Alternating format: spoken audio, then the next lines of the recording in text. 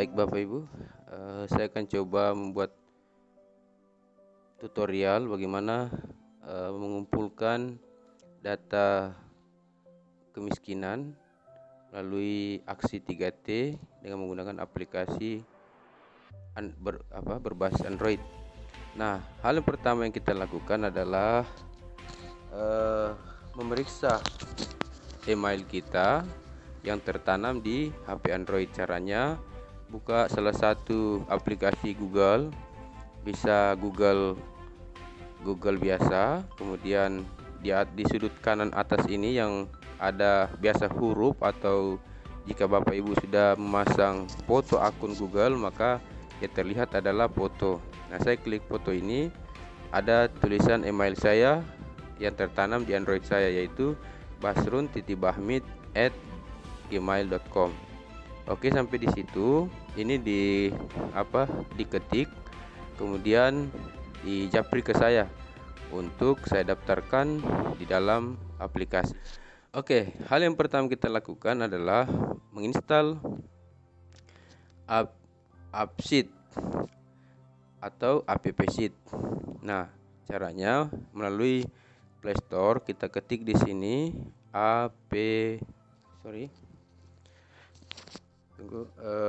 kita ketik di sini AppS Sheet. Nah, ini dia. Nah, sudah muncul. Nah, ini Bapak Ibu, logonya itu seperti kertas ya. Ini AppSheet ini diinstal saja. Saya coba install dulu. Nah, ini setelah ini email Bapak Ibu sudah saya daftarkan, maka ini sudah bisa dibuka. Namun jika tadi sudah terlanjur terbuka, ini keluar dulu, atau misalnya begini ya, saya sudah buka ini. Namun email saya belum, Bapak Ibu belum kirim ke saya, maka ini ditutup kembali. Oh ya, sebelumnya saya beritahu ya, pastikan HP Bapak Ibu location atau GPS-nya itu dalam keadaan on. Ini agar HP kita itu bisa membaca posisi kita di peta Google. Jadi caranya, kalau di Oppo itu ditarik turun ke bawah, kemudian tarik lagi satu kali yang ini, kemudian dorong ke kanan. Ini ada ini lokasi ya. Saya matikan dulu. Nah, muncul di sini tidak ada akses lokasi. Oke. Kemudian saya ulang kembali untuk menyalakan ya. Nah, ini saya menyalakan lokasi. Nah, ini lokasi sudah dalam keadaan on. Oke. Sekarang kita buka AppSheet-nya.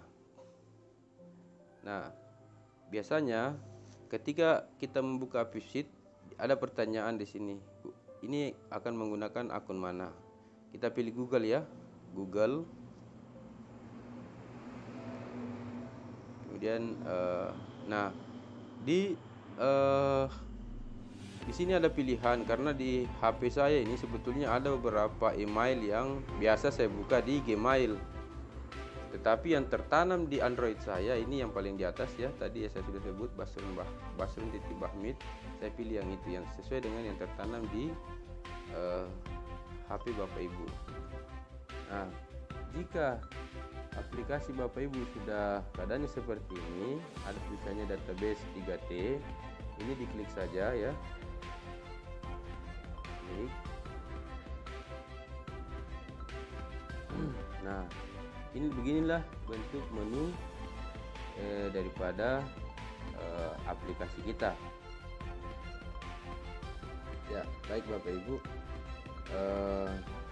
Jadi setelah AppSheet sudah terinstall di HP kita dan sudah bisa membuka aplikasi secara normal seperti ini ya, saya tunjukkan ya. Nah, sekarang saya ingin membuat lagi tutorial tentang bagaimana cara mengisi data warga miskin. Jadi sebelumnya saya akan beritahu dulu bahwa di sini ada beberapa menu yang perlu kita pahami. Home di sini adalah daftar warga miskin. Nah, nanti semua yang tidak miskin ini akan dihapus dari sistem. Yang ditinggalkan adalah yang masuk kategori miskin. Misalnya ini Sarah Malari, dia kategorinya miskin. Kemudian progres ini adalah capaian pendataan yang kita lakukan. Kemudian maps ini adalah saat ada pertanyaan seperti ini atau muncul pertanyaan seperti ini, maka klik saja izinkan. Nah, ini adalah sebaran orang miskin sementara yang datanya sudah masuk di sistem. Nah, untuk melihatnya kita menekan untuk melihatnya lebih baik kita menekan menu satelit. Ini sama saja dengan memang ini peta Google ya. Ini bisa Bapak Ibu kita melihatnya sampai ke kita di zoom, ketika di zoom sampai ke rumah warga. Nah, makanya nanti pada saat pendataan warga miskin, peletakan rumah warga ini harus benar-benar. Jangan sampai yang kita data adalah rumah di sebelahnya, ternyata titiknya itu berada di tetangganya. Jadi ketika kita mendata, ini sebaiknya memang berada di rumah warga tersebut atau di sekitar rumah warga tersebut. Sekarang menu yang sebelah kiri atas ini ada nama bidan.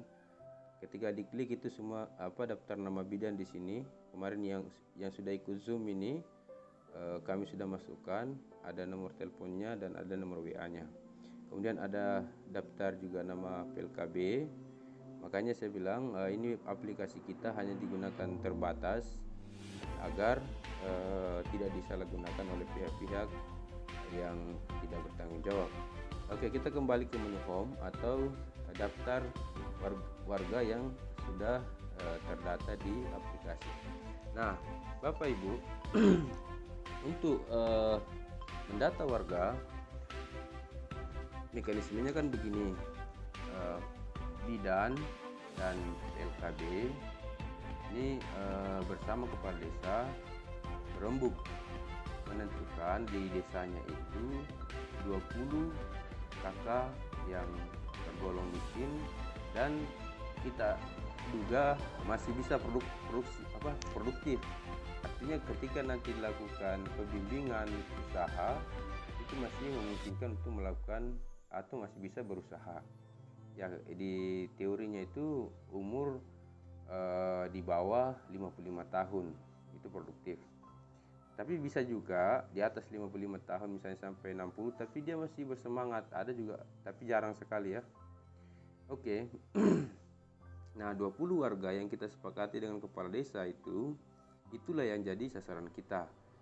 Nanti jika semua 20 rumah ini atau 20 kakak ini ternyata ada yang setelah dimasukkan data pengeluarannya ternyata dia masuk kategori tidak miskin seperti ini, ada contoh ini Burhanuddin, maka misalnya desa kita atau desa A, maka kita akan mencari kakak yang lain atau keluarga yang lain sampai ketemu 20 kakak miskin yang kategorinya memang miskin oleh sistem. Nah, 20 kakak miskin ini pendataannya dilakukan oleh bidan desa dan PLKB. Jika di wilayah tersebut misalnya satu PLKB itu kan terdiri dari beberapa desa. Nah, itu bisa berbagi sajalah secara proporsional. Jika PLKB-nya itu memang hanya di desa itu, maka bisa 10 kakak. Tetapi jika satu PLKB itu membina 3 desa, maka ya sebaiknya PLKB itu misalnya 4 kakak di desa itu, nanti di desa sebelah lagi 4 kakak. Jadi ini disepakati saja ya. Namun kami harapkan Bapak Ibu mohon saling pengertian ketika misalnya bidannya ini memang artinya kondisinya mungkin apakah sakit atau bagaimana, mohon pengertian teman-teman PLKB untuk membackup. Begitu juga sebaliknya, apakah karena kondisinya kurang fit, ini mohon bidan membackup rekannya atau teman kita dari PLKB yang kondisinya kurang fit. Intinya bahwa bagaimana kita menemukan 20 kakak miskin ini agar bisa diintervensi oleh pemerintah daerah. Baik Bapak Ibu, untuk ketika kita telah menentukan sasaran, maka kita akan mengunjungi rumah tersebut. Jadi satu kakak itu hanya didata oleh satu apakah bidan atau PLKB. Nah, pihak desa tidak melakukan pendataan ini, hanya membantu kita menentukan 20 sasaran tersebut. Nah, setelah sampai di rumah warga, ini bisa tampak depan rumahnya itu bisa dipoto dulu baru masuk aplikasi, atau nanti setelah masuk aplikasi. Jadi kita tekan tombol tanda tambah di sudut bawah ini yang berwarna merah. Kita tambah, kita tekan ya. Di sini mulai kita mengisi nama kita sendiri dulu sebagai pendata. Misalnya bidan desanya itu misalnya Desi. Nah, kecamatannya misalnya saya pilih di sini Masamba. Ya, kemudian kelurahannya itu Bali AC. Kemudian lingkungannya itu misalnya lingkungan Toluni. Oke. Kemudian nama keluarganya. Nah, nama keluarga di sini adalah nama kepala keluarga di si warga miskin tersebut. Apakah dia seorang suami atau laki-laki, atau dia seorang ibu atau perempuan? Karena biasa ada juga kepala keluarga itu adalah seorang ibu, mungkin karena telah pisah atau ditinggal meninggal oleh suaminya. Katakanlah kepala keluarganya di sini adalah laki-laki, namanya Amiruddin ya. Ini contoh saja Bapak Ibu. Kemudian nik ini biasanya diawali dengan nomor indukan ya, kependudukan ya, 7322 untuk Lu Utara, kemudian dan seterusnya. Setelah sini saya kasih masuk 1850, kemudian 7466, pokoknya nik lah ya, nik. Oke. Nomor HP ya, seperti biasa ini nomor HP kepala keluarga 082 342 655 910. Oke. Kemudian jumlah anggota keluarga. Nah, jumlah anggota keluarga ini termasuk kepala keluarganya ya, Bapak Ibu. Jika suami istri di situ 2 orang, kemudian mereka memiliki anak 3, maka jumlah seluruh anggota keluarganya adalah 5. Oke. Nah, berikutnya adalah titik koordinat rumah. Titik koordinat rumah ini yang paling penting kita perhatikan Bapak Ibu ya. Ini bisa kita klik gambar yang seperti gambar titik atau gambar seperti tetesan air tapi terbalik ya. Ini ya. Nah, ketika kita klik, itu akan muncul peta Google ya, peta Google dengan ketentuan tadi location kita itu sudah on. Kalau location tidak on, itu biasanya terputar terus di sini yang sebelah kanan. Nah, untuk memastikan bahwa titik ini sudah benar berada di rumah warga, karena peta Google juga ini kan keakurasiannya itu tergantung jenis HP kita atau kualitas GPS-nya. Tapi untuk memastikannya bisa diarahkan, kita pilih dulu satelit kembali. Nah, ini adalah lokasi di mana saya berada saat ini, artinya sekitaran lokasi saya berada. Kebetulan saya memang rumah saya di Bali AC. Nah, kita bisa zoom out atau zoom in, kemudian atau zoom out dulu ya, tekan minus. Kemudian kita carilah, ini kan kelihatan ini, oh jalan nangka. Nah, di jalan nangka ini misalnya tadi rumahnya si warga itu di jalan nangka. Oke, kemudian kita arahkan di titik merah ini, kemudian kita zoom in kembali. Nah, ketika rumahnya sudah mulai hilang, dorong lagi nih yang titik merah ke atas, mengarah ke rumahnya ya, dorong saja ke atas. Nah, ini Bapak Ibu perhatikan ya, kalau saya memindahkan si titik merah ini, itu kan ketika digeser, di klik kemudian dipindahkan, itu kelihatan bahwa di bawahnya itu ada tanda silang hitam.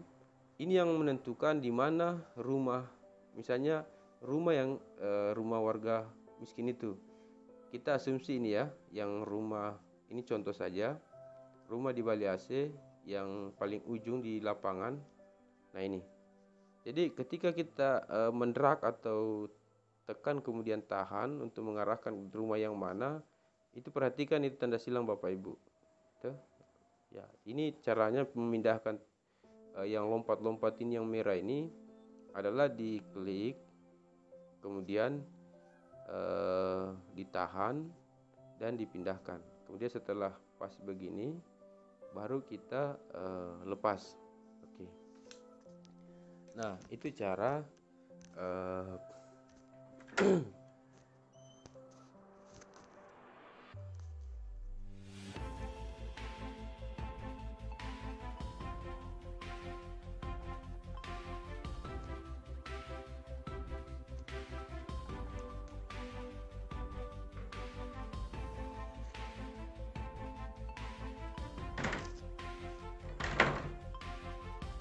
nah itu adalah cara mengisi koordinat rumah warga. Ini sudah terbaca di atas, -2.546740 ya.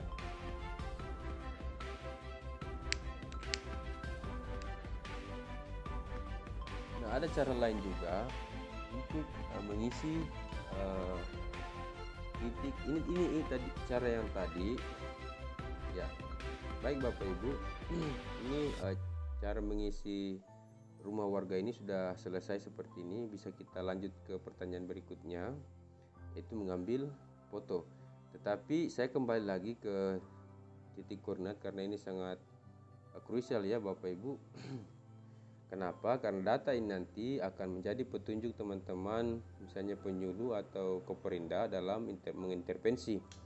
Nah, cara lain untuk mengisi titik koordinat ini, kita kita membuka dulu peta Google. Jadi saya klik di tengah ini supaya masuk ke menu, tetapi tidak menutup aplikasi. Ketika diklik yang kiri ini, aplikasinya masih terbuka, dia tidak ditutup. Nah, kita kembali ke menu, itu buka peta Google ya, cari peta Google pertama. Nah, cara kedua saya akan tunjukkan bagaimana cara mengisi titik koordinat melalui menggunakan peta Google. Oke, kita zoom dulu. Tadi kan rumah yang tadi, karena menggunakan peta Google ini kita lebih leluasa Bapak Ibu ya, lebih enak kita arahkan. Nah, ini contohnya, ini karena akurasinya kurang bagus, ini dipengaruhi oleh signal internet juga. Nah, tadi rumah yang saya pilih itu, atau rumah warga, anggaplah rumah warga kita, tempat kita untuk mendata itu adalah ini yang Bapak Ibu ya, yang rumah yang ini depan lorong atau di dekat lapangan ini. Itu kita klik dan tahan sampai muncul tanda merah. Oke, saya ulang. Klik di situ di atapnya, ulang pas di tengah ya, usahakan di tengah. Oke. Nah, setelah terpasang pin begini, ada tulisan di bawah ini pin dipasang, kita angkat ke atas ini, dorong ke atas yang pin dipasang itu, kemudian dorong lagi. Nah, ini ada titik koordinat di sini Bapak Ibu ya. Ini diklik saja, ditahan, diklik, ditahan. Nah, sampai muncul tulisan koordinat disalin ke clipboard. Setelah tersalin seperti ini, kita kembali ke aplikasi dengan menekan tombol 3 sebelah kiri ini ya. Ini kita kembali ke aplikasi. Di sini yang kita edit Bapak Ibu. Jadi ini cara yang kedua. Ini kita pilih dulu semuanya, ini artinya kita mau hapus dia ya. Perhatikan Bapak Ibu, di aplikasi ini dia membaca -2 titik 5, 4, 6 dan seterusnya. Nah, sedangkan yang kita copy tadi dari Google Map itu dia format koordinatnya itu dia -2, koma. Nah, ini sini perbedaannya. Kita perlu edit sedikit di situ. Jadi kita pastikan di sini tadi yang koordinat yang kita copy dari Google Map, kita tempel dia. Nah, ini kita edit sedikit. Kita edit menjadi -2 titik. Ganti titik, kemudian di sini 120 titik. Nah, ketika kita sudah benar formatnya seperti ini, maka dia otomatis akan akurasinya itu menunjuk rumah yang sama yang kita pilih tadi di Google Map. Oke, lanjut Bapak Ibu. Setelah selesai di pengisian titik koordinat, kemudian kita masuk ke upload foto warga. Upload foto warga ini fokusnya ke wajahnya atau ya gambar dari orang pemilik rumah atau warga sasaran kita yang kita akan wawancarai. Nah, ada dua pilihan di sini. Ambil foto sekarang, maksudnya itu dengan kamera HP, atau pilih foto yang ada di yang sudah kita foto tadi atau sudah kita foto sebelumnya. Jadi pilih di galeri, maksudnya ini yang kedua. Oke. Sekarang anggaplah saya pilih dari galeri ya, karena saya sudah foto tadi sebelum melakukan wawancara. Oke, ini saya izinkan saja. Jadi maksudnya ini adalah izinkan aplikasi mengakses foto di galeri kita. Kita izinkan saja, ini tidak ada resikonya Bapak Ibu. Kita pilih foto ya. Anggaplah saya pilih yang ini Bapak Ibu ya. Nah, oke. Contoh saja ini. Kemudian rumah warga. Rumah warga ini saya masih pilih juga dari galeri. Saya akan cari rumah ya, tampak depan Bapak Ibu ya, usahakan tampak depan dari rumah warga. Oke, saya contoh lagi di sini. Ini kebetulan ada fotonya Ibu Bupati, tapi tidak apa-apa, ini contoh saja. Oke, lanjut. Nah, kita mulai mengisi. Ini yang penting adalah indikator makanan. Indikator makanan yang pertama ini adalah indikator makanan yang dikonsumsi warga atau sasaran kita dalam 1 minggu terakhir. Nah, misalnya beras. Tadi kan anggota keluarganya adalah 3 orang. Kita tanyakan Bapak Ibu kalau dalam seminggu ini tuh konsumsi berasnya berapa kilo, atau nilainya, uangnya itu berapa. Nah, jika warganya tahu, misalnya dia hitung, dia bilang sekian, misalnya 100.000 atau 70.000, kita bisa langsung isi. Tetapi kalau dia misalnya asal tebak saja, bisa kita perkirakan bahwa itu salah. Misalnya dia bilang 10.000, ini kan perlu kita pertanyakan apa benar 1 minggu dengan 5 orang hanya makan beras 1 kilo, yang harga beras kan di kisaran 10.000. Atau kalau warga miskinnya ini tidak tahu menjawab, kita tanya lagi, dalam sehari itu kira-kira menghabiskan berapa kilo. Kalau dia jawabnya 1 kilo, maka kita konversi saja. 1 kilo itu harganya 10.000. Kalau 1 minggu berarti 70.000. Begitu Bapak Ibu ya. Langsung kita isi 70.000 dengan anggota keluarga 5 orang. Nah, sagu, jagung, ubi. Nah, kita tanyakan juga apakah keluarga tersebut mengkonsumsi sagu. Kalau mengisi sagu itu berapa banyak? Apakah belinya misalnya istilahnya orang di Masamba itu balabak ya, atau di kebun Tamalangke balabak, satu balabak itu kan harganya 50, 60, atau ada juga yang kecil itu 20.000. Nah, kalau dia beli balabak berarti kita tanya itu habis berapa lama habis dalam satu balabak itu. Kalau dia bilang 1 bulan, berarti kita tanya harganya 60.000. Kita bagi 4 saja Bapak Ibu. 1 bulan berarti 60.000 dibagi 4, itu kan kenanya 15.000. Kita isi 15.000 dalam 1 minggu. Tetapi kalau dia belinya per liter atau per liter, maka kita tanya 1 liter itu cukup enggak 1 minggu. Kalau dia bilang cukup, berarti kita tanya harga per liternya. Kalau dia bilang 5.000 ya kita isi 5.000 ya. Ini contoh saja. Nah, kemudian ikan ini kita tanya dalam seminggu terakhir ini itu beli ikan berapa kali. Kemudian kalau dia bilang setiap hari, ikan itu harganya berapa? Kalau dia bilang 20.000 berarti 20.000 kali 7 hari berarti 140.000. Tetapi kalau dia bilang hanya 2 kali, berarti kalau setiap hari itu 20.000 berarti 40.000. Saya sambil contoh di sini 40.000 ya Bapak Ibu. Oke, dengan asumsi hanya satu, istilahnya di pasar ikan itu satu tempat. Jadi satu tempat. Jadi hanya 2 kali dia belikan dalam seminggu. Kemudian daging. Ini daging kemungkinan ya jarang ya warga kita yang miskin itu bisa mengkonsumsi daging setiap minggu. Saya asumsi di sini 0. Kemudian telur juga anggaplah dia bilang saya beli Rp5.000 atau 3 biji. Kita isi 5.000. Kemudian sayuran, dia bilang kalau misalnya sayuran itu kan mas-mas kalau lewat itu biasa harganya 3.000 itu kacang panjang, atau kalau sayur bayam itu 5.000 satu ikat di pasar. Apakah setiap hari dia beli sejumlah itu, atau dia bilang kadang beli satu ikat kami makan 2 hari, berarti 5.000 kalau sayur bayam itu kan berarti 2.500 sehari. 2.500 kali 7 hari, itulah angkanya. Tapi bisa juga begini Bapak Ibu, dia bilang kami tidak beli sayur karena sayur itu ada di kebun atau di halaman rumah. Ini kita tetap konversi dia ke nilai. Jadi walaupun dia tidak beli, tetapi tetap itu kita jadikan dia pengeluaran. Kenapa Bapak Ibu?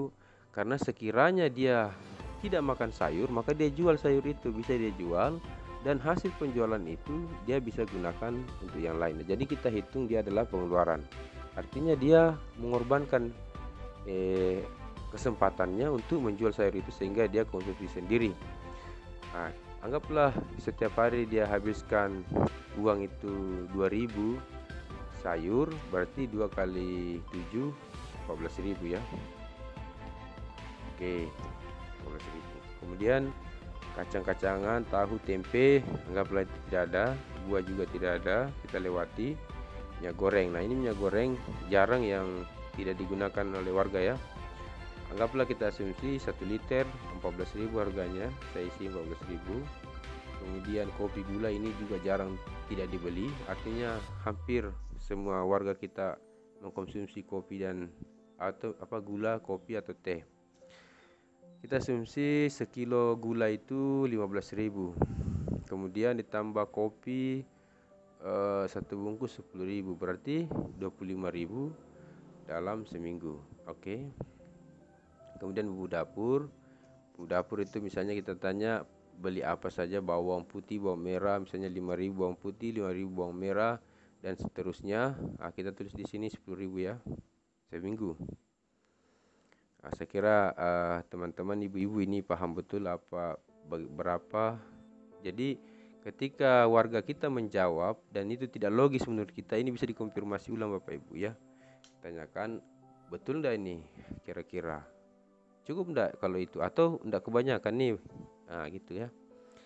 Artinya kita dalam bertanya itu kritis juga,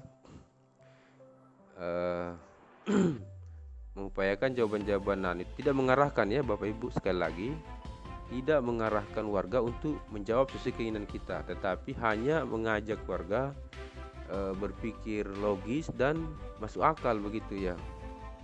Nah, kemudian makanan lain ini seperti mie, kerupuk dan lain-lain misalnya kalau ada, saya di sini contoh 0 saja. Kemudian makanan jadi ini misalnya bakso, nasi goreng, ini bagi suami. Jika ada juga, jika tidak ada kita lewati. Istri begitu juga ya, pokoknya makanan jadi. Apakah itu nasi kuning atau apa dalam 1 minggu ini. Nah, kita asumsi di sini bahwa semua anggota keluarganya 5 orang itu tidak ada yang membeli makanan jadi, tetapi jika ada kita isi. Nah, ini kami membuat pertanyaan sampai anak ke-6. Jika anaknya 6, kemudian makanan untuk keluarga lainnya, maksudnya ini jika ada keluarganya yang masuk kakaknya atau tinggal bersama mereka. Nah, kemudian ini rokok suami. Ini jika suaminya merokok ya, itu bisa kita isi 1 hari itu berapa bungkus. Misalnya kalau dia bilang saya 1 bungkus itu 2 hari, berarti kalau 1 bungkus 2 hari, anggaplah 3 bungkus dalam seminggu. Nah, 3 bungkus itu kita nilai dia, misalnya kalau rokok potensa itu 20.000, berarti 60.000 ya. Nah, saya asumsi di sini 0 saja, atau bisa juga kita isi 60.000. Oke. Nah, jadi semua jawaban ini juga nanti dimasuk di database. Kami akan nilai kembali Bapak Ibu ya, apakah ini masuk akal apa tidak. Nah, terusnya kita masuk ke pertanyaan kategori kedua, yaitu indikator non makanan bulanan. Jadi maksudnya ini pengeluaran yang bukan makanan tapi hitungannya bulanan. Nah, yang pertama adalah rumah. Jika warga tersebut memiliki rumah, kita konversi dia menjadi jika dia menyewakan atau disewa rumah tersebut, disewa oleh orang lain. Nah, kita lihat saja kondisinya. Apakah kira-kira rumah, jika orang lain ingin tinggal di rumahnya dia ini, mau membayarnya berapa rupiah per bulan?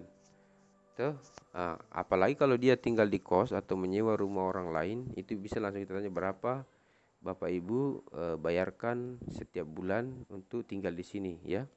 Kita ambil contoh di rumahnya itu, kita perkirakan kira-kira kalau orang lain tinggal di sini itu orang lain itu hanya berani bayar misalnya 50.000 atau 100.000. Saya kasih masuk di sini 100.000 ya, atau 50.000 lah ya.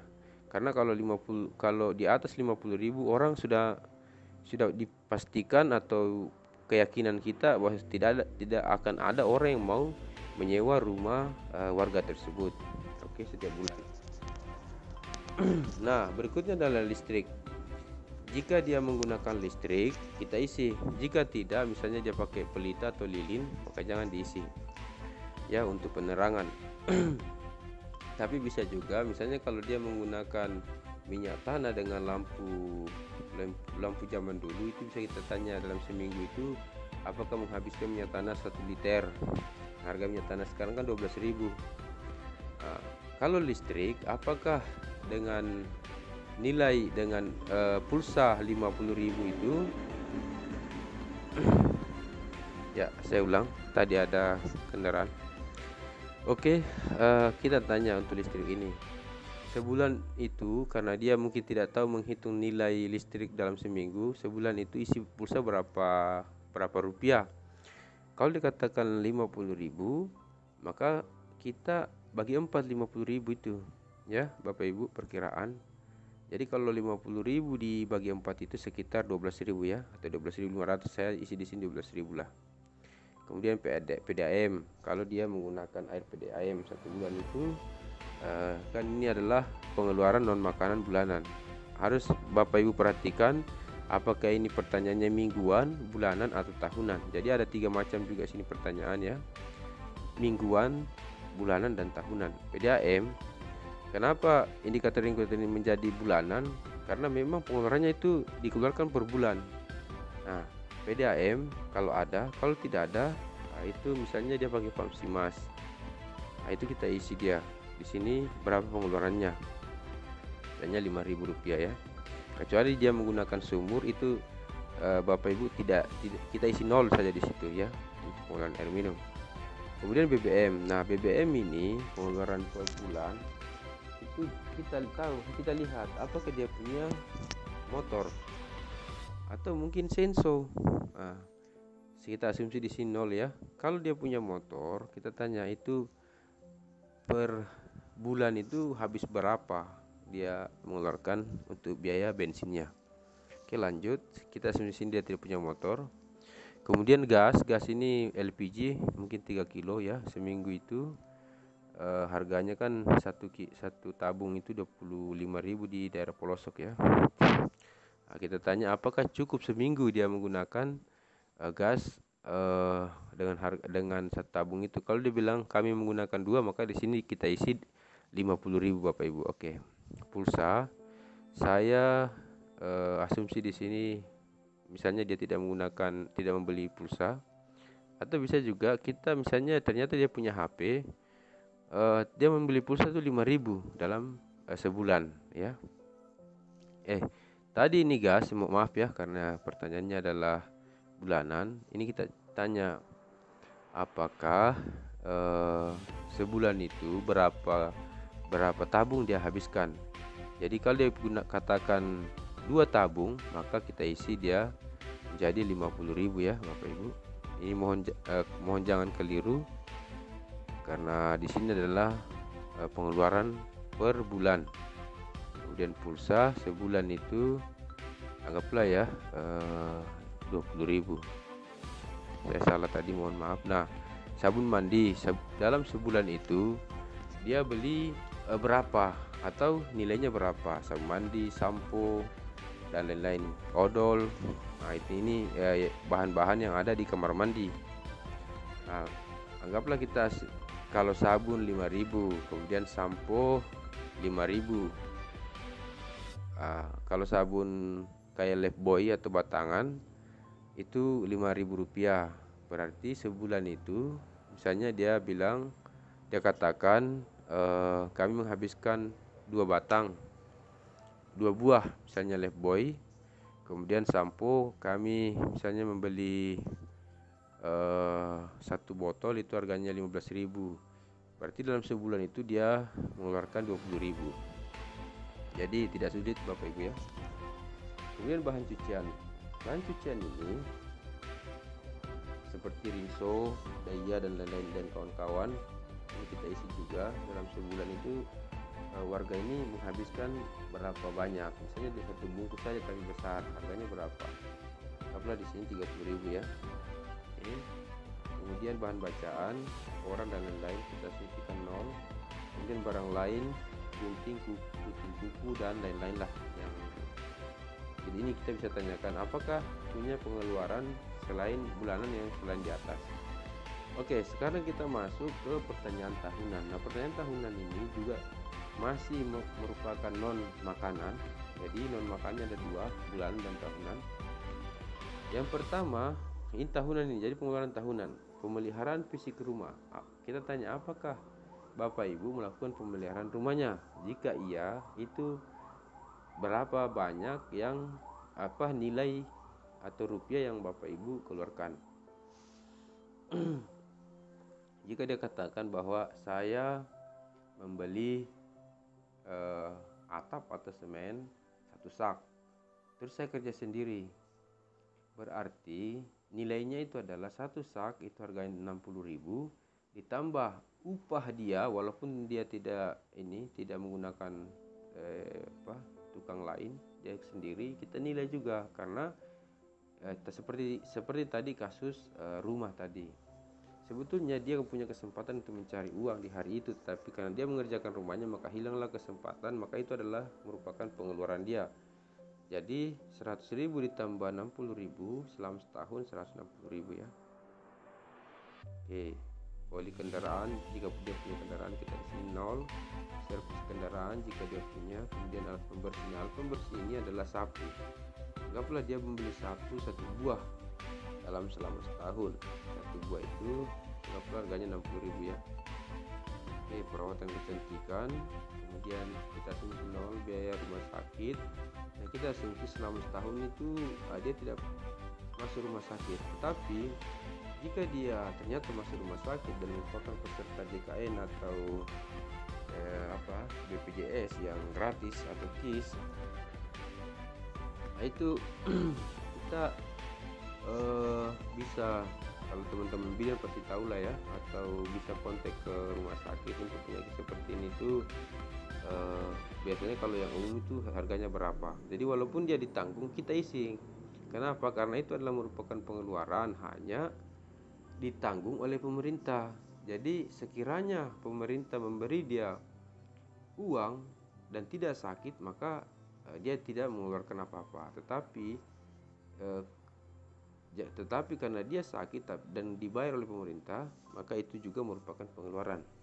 Jadi walaupun dia ditanggung BPJS, maka dia gratis, kita isi berapa biaya pada umumnya di rumah sakit, atau kita tanya di rumah sakit mana itu, kemudian kita mencari tahu harga untuk layanan penyakit seperti ini itu berapa ya. Oke, saya asumsi di sini untuk biaya rumah sakit 0. Kemudian biaya obat ini ketika misalnya dia batuk di rumah, perlu beli obat di apotek ya.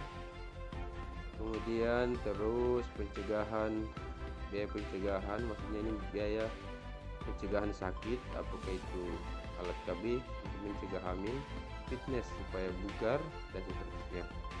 Kemudian biaya masuk anak sekolah, kita tanya apakah dia punya anak sekolah. Jika ya, maka apakah dia membayar uang sekolah. Nah, ini untuk sekolah-sekolah umum seperti SD, SMP itu kan semuanya gratis. Dan siapapun masuk gratis, maka dia 0 di situ Bapak Ibu. Ya, kita tidak bisa tadi mengambil contoh tadi yang JKN KIS tadi itu untuk biaya rumah sakit, karena kenapa? Kalau di rumah sakit itu bagi yang umum kan dia kena biaya. Sedangkan sekolah siapa saja yang sekolah di SD di situ, maka dia gratis. Maka dia harus 0. Oke, SPP juga 0.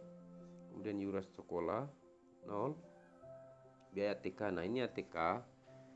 Misalnya ini berbeda-beda ya, setiap anak berbeda-beda. Misalnya orang tuanya membelikan dia buku tulis lah minimal. Itu harganya misalnya 50.000 lah ya. Itu selama setahun. Oke, yang dapat digunakan misalnya 3 anaknya itu, 2 anaknya sekolah, digunakan oleh 2 orang anaknya. Oke, lanjut. Kemudian biaya kursus jika ada, tapi